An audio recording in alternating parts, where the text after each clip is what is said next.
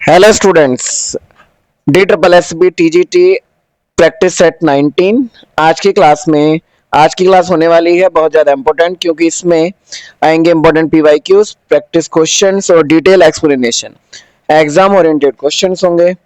तो ये हमारी सिलेक्शन वाली सीरीज होने वाली है, इसमें केवीएस, एनवीएस, बीपीएससी। तो वीडियो को पूरा जरूर देखना और चैनल को सब्सक्राइब करके बेल आइकन जरूर दबाना। तो चलिए शुरू करते हैं। आज की क्लास का हमारा पहला क्वेश्चन है।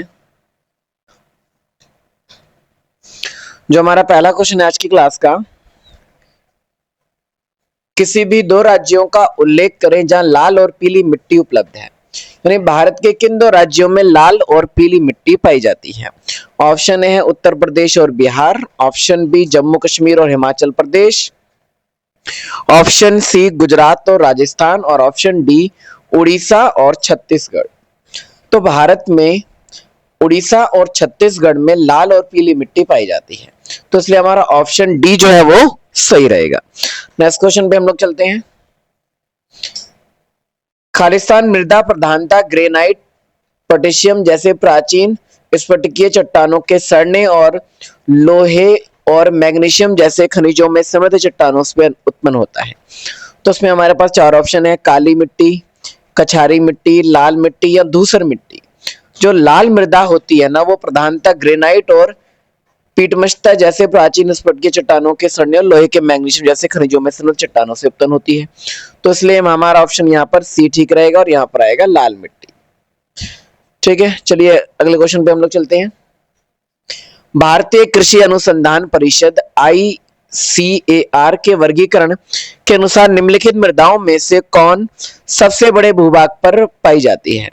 यानी भारतीय कृषि अनुसंधान परिषद के वर्गीकरण के अनुसार निम्नलिखित मिट्टी में से कौन सी मिट्टी सबसे बड़े भूभाग पर पाई जाती है। वर्टी मृदा, एंटी मृदा, इंसेप्टी मृदा या एल्फी मृदा।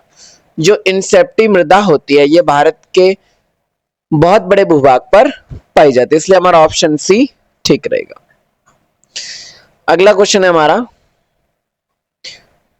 कुल सूचनाबद्ध क्षेत्रानुसार उच्चतम से न्यूनतम क्रम में विभिन्न प्रकार की मृदाओं की उपलब्धता को उनके काल क्रमानुसार के आधार पर व्यवस्थित करें। हमें उच्चतम से न्यूनतम यानी कौन सी मिट्टी ज्यादा पाई जाती है, उसके बाद कौन सी कम, उस प्रकार से इनको व्यवस्थित करना है। तो देखिए, सबसे अधिक जो मिट्टी पाई जाती है सबसे पहले है लाल मृदा, ठीक है। उसके बाद है काली मृदा, उसके बाद है पर्वतीय मृदा, फिर है मरु मृदा। तो इस ऑप्शन में जो हमारा डी है वो इसके अकॉर्डिंग ही है। सबसे पहले लाल मृदा, काली मृदा, पर्वतीय मृदा और मरु मृदा। तो हमारा ऑप्शन डी जो है वो सही रहेगा। नेक्स्ट क्वेश्चन पे हम लोग चलते हैं। ये क्वेश्चन रिपीट हो गया सेम, इसका ऑप्शन हमारा जो डी है वही ठीक रहेगा। ये काल क्रमानुसार बताना है कि उच्चतम से न्यूनतम, लाल, काली, पर्वतीय और मरु मृदा। तो ऑप्शन डी ठीक रहेगा। अगले क्वेश्चन पे चलते हैं। भारत के निम्नलिखित में से किस राज्य संघ राज्य क्षेत्र में करेवा मिट्टी पाई जाती है। जो करेवा मिट्टी है वो कहां पाई जाती है। ऑप्शन ए झारखंड में, ऑप्शन बी तमिलनाडु में, ऑप्शन सी जम्मू और कश्मीर में, और ऑप्शन डी पश्चिम बंगाल में। जो करेवा मिट्टी है वो जम्मू और कश्मीर में पाई जाती है, इसलिए हमारा ऑप्शन सी ठीक रहेगा। अगले क्वेश्चन पे हम लोग चलते हैं। जो करेवा वैली है वो कहां पर स्थित है। जब करेवा मिट्टी भी जम्मू कश्मीर में पाई जाती है तो करेवा वैली भी कश्मीर में ही होगी। तो option A Tamil Nadu, B Himachal, C Uttarakhand और डी कश्मीर। तो हमारा ऑप्शन डी ठीक रहेगा, कश्मीर। नेक्स्ट क्वेश्चन पे हम लोग चलते हैं। भारत में मिट्टी का निर्माण मुख्यतः किससे प्रभावित होता है। जो भारत में मिट्टी का निर्माण है मुख्यतः किससे प्रभावित है। ऊंचाई, जलवायु, जलवायु और ऊंचाई दोनों, इनमें से कोई नहीं। देखो, भारत में जो मिट्टी का निर्माण है वो जलवायु के द्वारा प्रभावित होता है, तो इसलिए हमारा ऑप्शन जो बी है वो ठीक रहेगा, जलवायु। अगले क्वेश्चन में हम लोग चलते हैं। भाखड़ा बांध किस नदी पर स्थित है।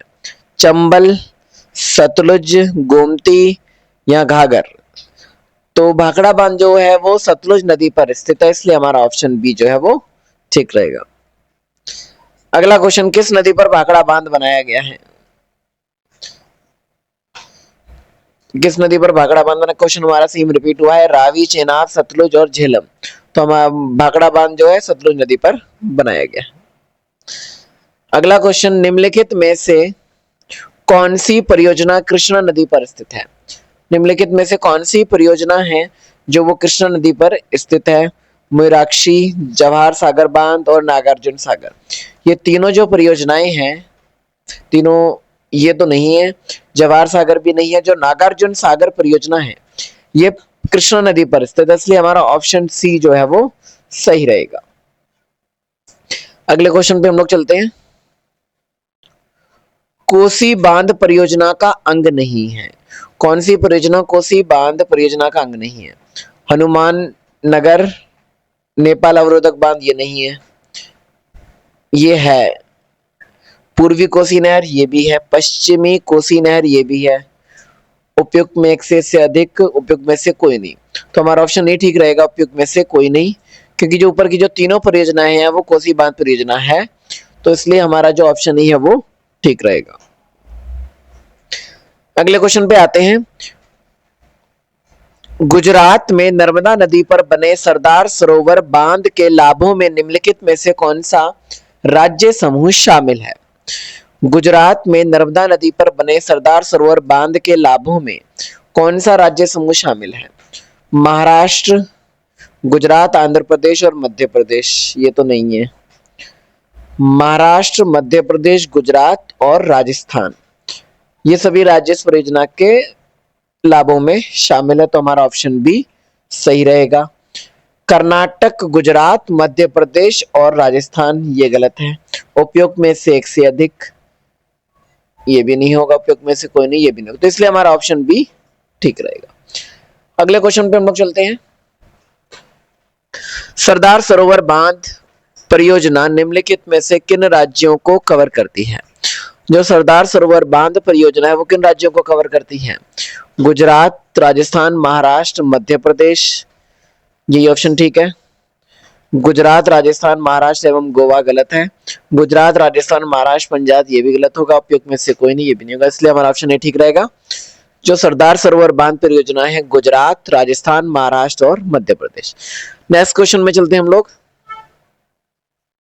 लाल मृदा मुख्य रूप से पाई जाती है। जो लाल मृदा मुख्य रूप से कहां पाई जाती है? पंजाब और हिमाचल प्रदेश में, राजस्थान और गुजरात में, बिहार और उत्तर प्रदेश में, तमिलनाडु और आंध्र प्रदेश में। जो लाल मृदा है वो मुख्य रूप से तमिलनाडु और आंध्र प्रदेश में पाई जाती है, इसलिए हमारा ऑप्शन डी है जो वो ठीक रहेगा। अगले क्वेश्चन पे हम लोग आते हैं। हिमाचल प्रदेश के कुछ हिस्सों में कौन सी नहर सिंचाई प्रणाली राज्य के लोगों को अपने रोपण के मौसम में मदद करती है? यानी हिमाचल प्रदेश के कुछ हिस्सों में एक नहर सिंचाई प्रणाली है जो लोगों को रोपण के मौसम में मदद करती है। बांस सिंचाई, चेक डैम्स या कुहल्स या गुल्स। तो इसमें हमारा ऑप्शन सी ठीक है, कुहल्स। जो कुहल्स नहर सिंचाई प्रणाली है वो हिमाचल प्रदेश के कुछ क्षेत्रों में रोपण के मौसम में लोगों की मदद करती है। अगले क्वेश्चन पे हम लोग चलते हैं। अगला क्वेश्चन है, निम्नलिखित में से कौन सा राज्य भारत में सबसे बड़ा शुद्ध सिंचाई क्षेत्र के लिए जाना जाता है? यानी ऐसा कौन सा राज्य है जो भारत का सबसे बड़ा शुद्ध सिंचाई क्षेत्र के लिए जाना जाता है? Option A Haryana, option B Punjab, option C Uttar Pradesh या ऑप्शन डी महाराष्ट्र। तो देखिए, जो शुद्ध सिंचाई क्षेत्र के लिए जाना जाता है वो उत्तर प्रदेश है, तो इसलिए हमारा ऑप्शन सी ठीक रहेगा, उत्तर प्रदेश। उत्तर प्रदेश जो है वो ठीक रहेगा, वो शुद्ध सिंचाई के लिए जाना जाता है। अगले क्वेश्चन पे हम लोग चलते हैं। निम्नलिखित सिंचाई के प्रकारों में कौन सा जल प्रबंधन के लिए सर्वोत्तम है? यानी सिंचाई के प्रकारों में जल प्रबंधन के लिए सर्वोत्तम है, सबसे अच्छा है। नहर सिंचाई, सतह सिंचाई, छिड़काव सिंचाई या बूंद बूंद सिंचाई। अब सिंचाई के लिए जो सर्वोत्तम है ना, वो बूंद बूंद सिंचाई वाला सर्वोत्तम माना जाता है। यह सिंचाई का सबसे सर्वोत्तम प्रकार है, तो इसलिए हमारा ऑप्शन डी ठीक रहेगा। नेक्स्ट क्वेश्चन में हम लोग चलते हैं। इंदिरा गांधी नहर कमान क्षेत्र को निम्नलिखित में से कितने चरणों में विकसित किया गया है? जो इंदिरा गांधी नहर कमान क्षेत्र है उसे कितने चरणों में विकसित किया गया था? देखते हैं ऑप्शन। ऑप्शन 1 में 1, ऑप्शन 2 में, बी में 2, ऑप्शन सी में 3 या ऑप्शन डी में 4। तो इंदिरा गांधी नहर कमान क्षेत्र को ऑप्शन बी ठीक है हमारे 2 भागों में विभाजित किया गया है, विकसित किया गया है, तो इसलिए हमारा ऑप्शन बी जो है वो ठीक रहेगा। इंदिरा गांधी कमान क्षेत्र को कितने चरणों में विकसित किया गया है? 2 चरणों में विकसित किया गया है। अगला क्वेश्चन देखते हैं हम लोग। आज की क्लास का ये आखिरी क्वेश्चन होगा। इसमें हम लोग देखते हैं इंदिरा गांधी नहर कमान क्षेत्र को निम्नलिखित में से कितने चरणों में विकसित किया गया? ये क्वेश्चन हमारा रिपीट हुआ है, इंदिरा गांधी नहर कमान क्षेत्र, तो इसका आंसर बी रहेगा 2। तो दोस्तों आज की क्लास जो 19 है वो यही समाप्त होती है, जो हमारा प्रैक्टिस सेट 19 था। उम्मीद है आज की क्लास आपके प्रिपरेशन में बहुत हेल्पफुल रही होगी। अगर वीडियो पसंद आया तो लाइक शेयर करें और चैनल को सब्सक्राइब करें और कमेंट करके जरूर बताएं आपका स्कोर क्या रहा। तो मिलते हैं नेक्स्ट क्लास में।